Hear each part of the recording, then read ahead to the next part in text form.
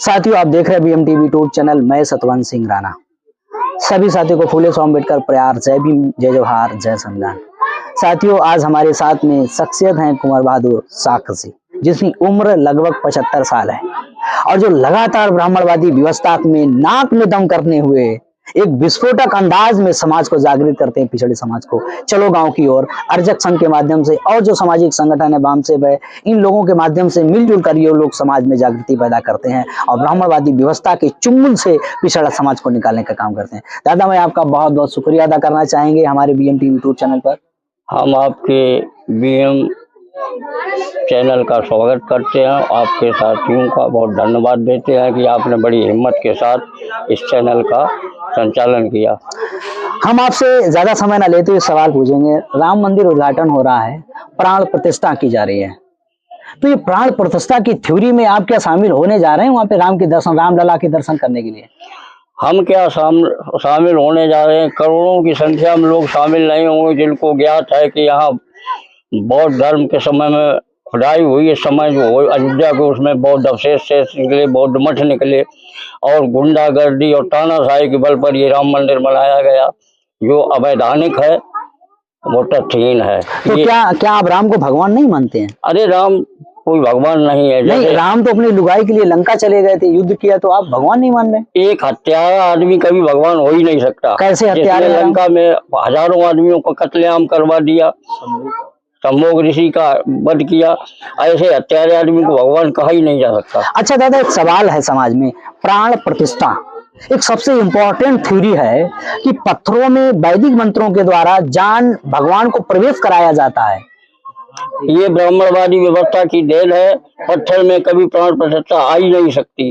ये अंधविश्वास है। टोटल ब्राह्मणवादी व्यवस्था का ये नाजायज फायदा उठाने का तंत्र है। ब्राह्मण अपने बाप नहीं, तो ये जो मतलब कि राम मंदिर में इतना प्रचार तंत्र चल रहा है कि प्राण प्रतिष्ठा होगी और रामलला की जो मूर्त बनाई जा रही, तराशी जा रही, उस मूर्त में रामलला को प्रवेश कराया जाएगा वर्तमान के समय में, कि प्राण प्रतिष्ठा की जाएगी। तो ये प्राण प्रतिष्ठा की जो थ्योरी है, क्या ये पिछड़े समाज के लोग इसके बारे में सही नहीं जानते हैं क्या कि ये वास्तविक एक ब्राह्मणवादी व्यवस्था का धार्मिक षड्यंत्र है?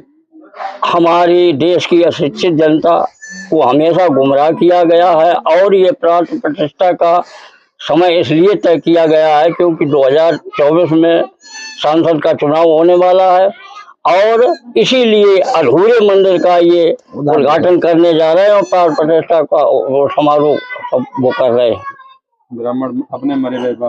अच्छा दादा, एक सवाल और है समाज में, थोड़ा एक सवाल और है समाज में कि जिस तरह से हिंदू के नाम पर कि हिंदू सम्राट, ठीक है, रामराज आएगा, तो ये रामराज खासकर ये दलितों और पिछड़ों को क्यों समझाएगा? रामराज का मतलब क्या है? हिंदू कोई धर्म ही नहीं है। हिंदू का मतलब कोई धर्म ही नहीं है। धर्म तो मानवतावादी धर्म हमारा हमेशा रहा है। इन चापलूसों ने, विदेशियों ने आकर के यहाँ पर मनवादी व्यवस्था को कायम करके ये हिंदू धर्म चलाया। हिंदू एक गाली है, हिंदू कोई धर्म नहीं है। हाँ, तो ये जो मतलब कि हिंदू के नाम पर आज रामलला हम आएंगे और रामराज आए, ये दादा रामराज क्या है? ये वोट की राजनीति है। रामराज के समय में इतनी जनता परेशान, कत्लेआम होते थे, औरतों को बहिष्कार किया जाता, ना कान काटे जाते थे। अगर रामराज आएगा तो हमारे इस समय की महिलाओं के साथ भी वो अत्याचार होगा। तो वो रामराज तो इस समय अमेरिका का संविधान ना होता तो हम लोग ऐसे मारे काटे जाते, कोई सुनने वाला नहीं था। आज संविधान की देन है तो हम लोगों की सुनी जाती है। कोर्ट कचहरी बने हैं जहाँ फरियादी जाता है, सुना। और रामराज होता तो सब काटे जाते रहते, कोई सुनने वाला ही नहीं था हमारी। तो आपको रामराज पर मतलब भरोसा नहीं? रामराज एक धोखा है। भगवान राम थे, इस पर भी आपको भरोसा नहीं है? भगवान कोई हो ही नहीं सकता। तो आप दर्शन करने के लिए नहीं जाएंगे? अरे हम क्या बुद्धिजीवी, कोई नहीं जाएगा दर्शन करने? नहीं, वो तो बताया जा रहा है कि राम के दर्शन करोगे कभी बीमार नहीं होंगे आप। अगर बीमार होते, जितने संत महंत बीमार होते अस्पतालों के लिए भागते हैं, लेकिन कमजोर अशिक्षित लोगों को ये पाठ पढ़ाते हैं कि मंदिर में जाइए, धन चढ़ाइए, सब सही हो जाओगे, बीमारी दूर हो जाएगी। ये सब धोखा पब्लिक के साथ किया जा रहा है। अच्छा, ये रामराज और जिस तरह से ओबीसी समाज वर्तमान में मानता है कि हिंदू धर्म है, तो क्या ये हिंदू जो थ्योरी है और जो ओबीसी समाज है जिसकी संवैधानिक एक पहचान दी गई है संविधान के माध्यम की ये बैकवर्ड है, तो बैकवर्ड के लोग वर्तमान में क्या हिंदू हैं कि धर्मशास्त्रों के आधार पर शूद्र हैं? ये वोट बैंक की राजनीति है। जब वोट लेने को तो सबको हिंदू मानते हैं, और जब कहीं बराबरी का समय आता है तो दलित वर्ग और बैकवर्ड को ये मंदिर में प्रवेश करने की भी इजाजत दे, तब हिंदू धर्म कहाँ चला जाता है? तब शूद्र मानते हैं, अछूत कहते हैं। तो ये तो सरासर अन्याय है। तो आपका ये मानना है कि ओबीसी हिंदू नहीं शूद्र है? शूद्र बनाया गया है, बिल्कुल शूद्र होकर जी रहा है, लेकिन अंबेडकर नोटे शूद्र बन के रहते। तो अभी एक नया चूरन बेचा जा रहा है हिंदू के नाम पर। पहले हिंदू के नाम पे चूरन बेचा जा, अब बेचा जा रहा सनातन। ये सनातन क्या है? क्या हिंदू ही मतलब सनातन धर्म है? सनातन धर्म बौद्ध धर्म का धर्म है, उसमें मानवतावादी विचार होते हैं, सब बराबर होते हैं। अब हिंदू धर्म के हिसाब से लोग वोट बैंक तैयार, राम मंदिर बन गया, अब सनातन को लेकर ये लोग उड़ने लगे। तो ये तो 4-20 लफंगे हैं, ये तो जो चाहे कर सकते हैं पब्लिक। तो फिर अब तो राम मंदिर बन गया है, पिछड़े समाज के बच्चों के लगभग 20,000-69,000 वैकेंसी में 20,000 वैकेंसी का घपला कर लिया है।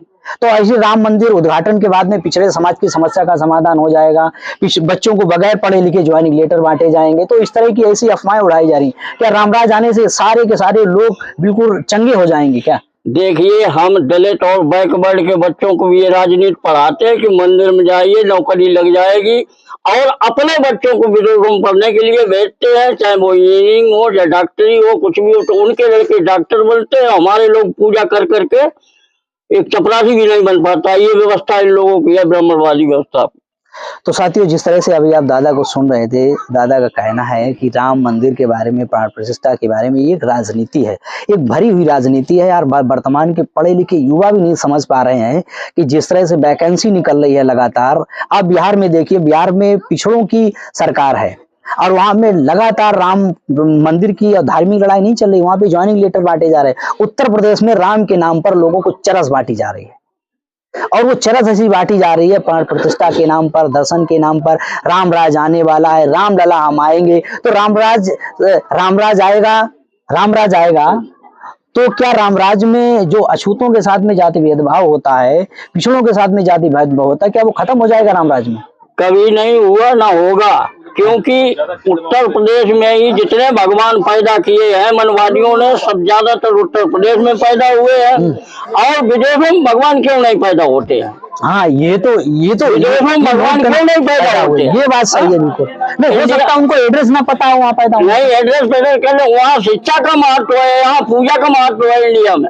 और इंडिया में भी उत्तर प्रदेश में ही सबसे ज्यादा भगवान पैदा किए मनवादियों ने। तो आप मतलब राम मंदिर दर्शन नहीं करने जाएंगे? मैं क्या जाऊंगा, उसमें कुछ है ही नहीं। राम को भगवान भी नहीं मानोगे हम भगवान? तो साथियों, आप देख रहे दादा भगवान नहीं मान रहे, तो इसके मतलब ये नास्तिक हैं, ये धर्म विरोधी है, धर्म विरोध का काम कर रहे हैं। तो साथियों, इन दादा के बारे में हमें कमेंट सेक्शन में अपनी प्रतिक्रिया शेयर जरूर करें, कमेंट बॉक्स में अपनी प्रतिक्रिया शेयर हमें जरूर करें। और साथियों, हमें इस वीडियो की लिंक अपने व्हाट्सएप ग्रुप पर शेयर जरूर करें कि जिससे हमारे युवाओं को जानकारी हो कि इतनी उम्र में, 75 साल की उम्र में समाज को जगाने का काम कर रहे ब्राह्मणवादी व्यवस्था के विरुद्ध, लेकिन हमारा पढ़ा लिखा युवा आज वही ब्राह्मणवादी षड्यंत्र को, वही हिंदू धर्म, वही ब्राह्मणवादी व्यवस्था को बचाने का काम कर रहा है। इसके बारे में समाज को जगाना होगा। तो साथियों, बने रहें, देखते रहें। दादा का मैं बहुत बहुत शुक्रिया अदा करना चाहूंगा, इतनी उम्र में इतना विस्फोटक जानकारी उनको ये समझ है ब्राह्मणवादी व्यवस्था के बारे में। तो साथियों, देखते रहें, बने रहें। और साथियों, इस वीडियो में आज तक इतना ही। सभी साथियों को फूले अम्बेडकर प्रयास, जय भीम, जय जवाहर, जय